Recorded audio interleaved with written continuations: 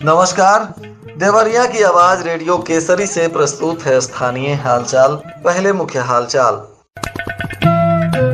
पूरे जनपद में नम आंखों से हुआ माता के प्रतिमा का विसर्जन, सुरक्षा में पुलिस रही तैनात। एक दिवसीय रोजगार मेला का हुआ आयोजन। किसानों को खाद उपलब्ध कराने के लिए जिला पदाधिकारी ने दिया निर्देश। चाइनीज लहसुन बेचने पर लगा प्रतिबंध, बेचते हुए पाए जाने पर होगी कार्रवाई। और 28 तारीख तक 16 ट्रेनों को किया गया है निरस्त।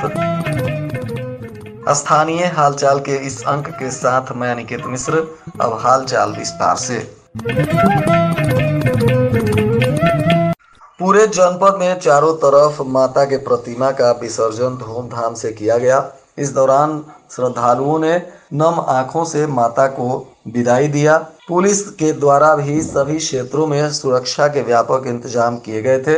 वहीं संवेदनशील तटबंधों पर जहां माता के प्रतिमा का विसर्जन किया गया, वहां दंडाधिकारी और पुलिस बल के साथ गोताखोर और अन्य तरह की तैयारियां की गई थी ताकि कहीं से भी कोई हादसा ना हो सके।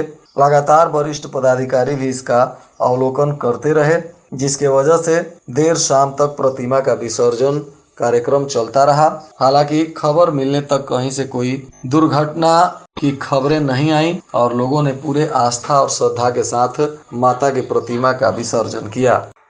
जिला सेवा योजन अधिकारी रोहन अपूर्व सिन्हा ने बताया कि जिला सेवा योजन कार्यालय मॉडल कैरियर सेंटर देवरिया के द्वारा 16 अक्टूबर को सुबह 9 बजे से राजकीय इंटर कॉलेज देवरिया में एक दिवसीय रोजगार मेला का आयोजन किया जाएगा। इस दौरान सदर सांसद शशांक मणि त्रिपाठी मौजूद रहेंगे।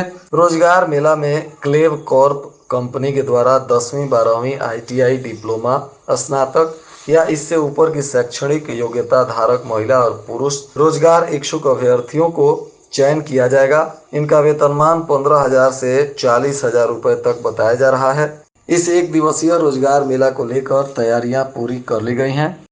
जिलाधिकारी दिव्या मित्तल ने वर्तमान रबी अभियान 2024-25 में कृषकों को DAP उपलब्ध कराने के लिए प्रीपोजिशिंग योजना के अंतर्गत भंडारित DAP स्टॉक 3600 मीट्रिक टन में से 2043 मीट्रिक टन DAP का आवंटन कृषक हित हेतु जिला प्रबंधक PPF को निर्देशित किया है कि वे समितियों के PPF खाते में उपलब्ध क्रेडिट बैलेंस के सापेक्ष त्वरित गति से प्रेषित करना सुनिश्चित करें।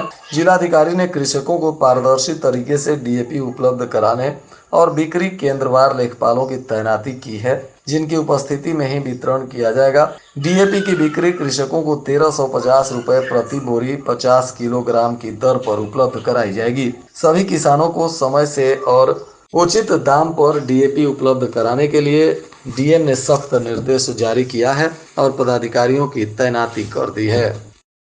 इधर खाद्य आयुक्त जनपद देवरिया के सहायक आयुक्त ने बताया है कि उच्च न्यायालय इलाहाबाद खंडपीठ लखनऊ में आयोजित जनहित वाद संख्या 832/2024 जो मोतीलाल बनाम भारत सरकार के संदर्भ में है, इसमें औषधि प्रशासन उत्तर प्रदेश के द्वारा चाइनीज लहसुन पर प्रतिबंध के बाद भी विक्रय किए जाने पर सूचना के आधार पर कार्रवाई का निर्देश दिया गया है। इसके आलोक में आयुक्त विनय कुमार सहाय ने आम जनमानस को अवगत कराया है कि फंगस प्रभावित होने एवं कीटनाशकों की मात्रा ज्यादा होने के कारण चाइनीज लहसुन का प्रयोग करना स्वास्थ्य के लिए हितकारी नहीं है। इसकी पहचान इसकी कलियों में सफेद के साथ गुलाबी होना, जड़ का नहीं होना और बड़े साइज का होना बताया जा रहा है।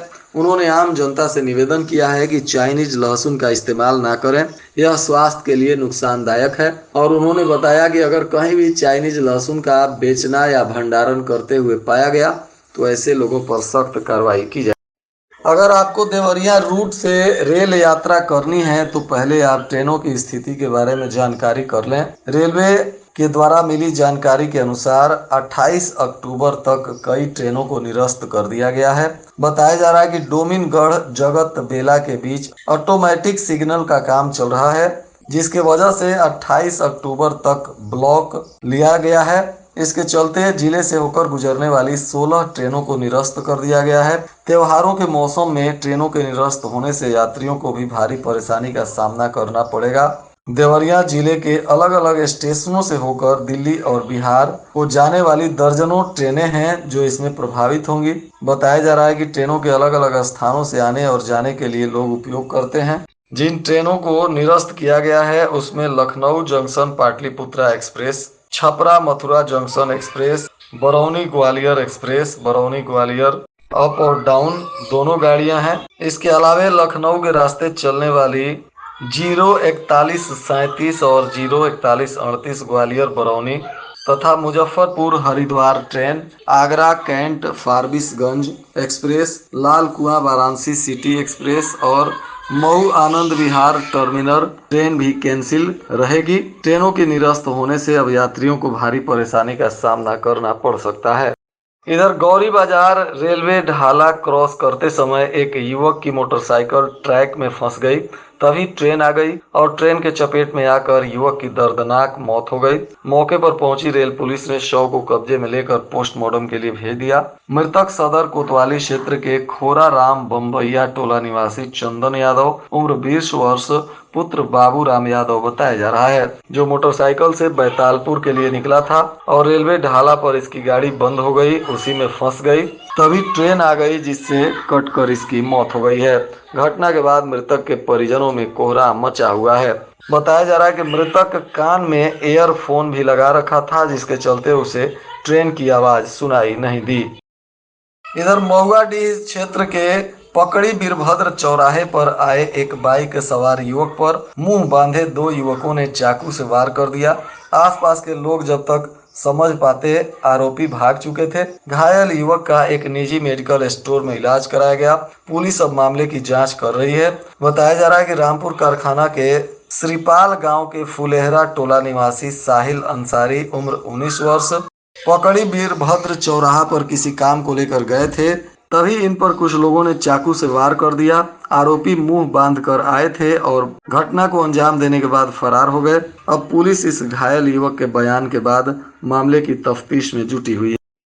इधर देसही देवरिया के पड़ौली चौराहा के पास मेला से जा रही एक महिला को बाइक सवार युवक ने जोरदार ठोकर मार दिया, जिससे महिला की इलाज के दौरान अब मौत हो गई है। बताया जा रहा है कि कुशीनगर के त्रिलोकपुर खुर्द सिंघा पट्टी गांव की रहने वाली फूलमती देवी उम्र 40 वर्ष हैं, जो अपने बहन के घर आई थीं और यहीं से किसी काम को लेकर जा रही थी। तभी यह हादसा हो गया। अब इलाज के दौरान इस महिला की मौत के बाद परिजनों में चीख पुकार मच गया है।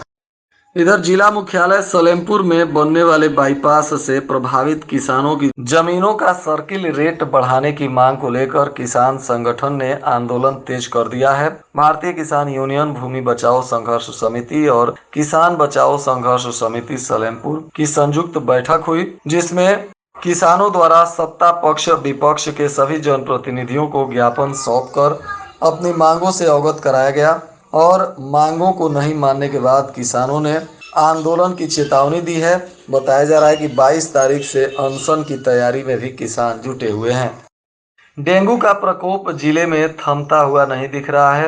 अब तक कंफर्म रोगियों की संख्या बढ़कर 100 तक पहुंच गई है। इसमें सर्वाधिक रोगी सितंबर और अक्टूबर महीने में आए हैं। इस स्थिति को लेकर चिकित्सा के क्षेत्र में चिंता का विषय बना हुआ है।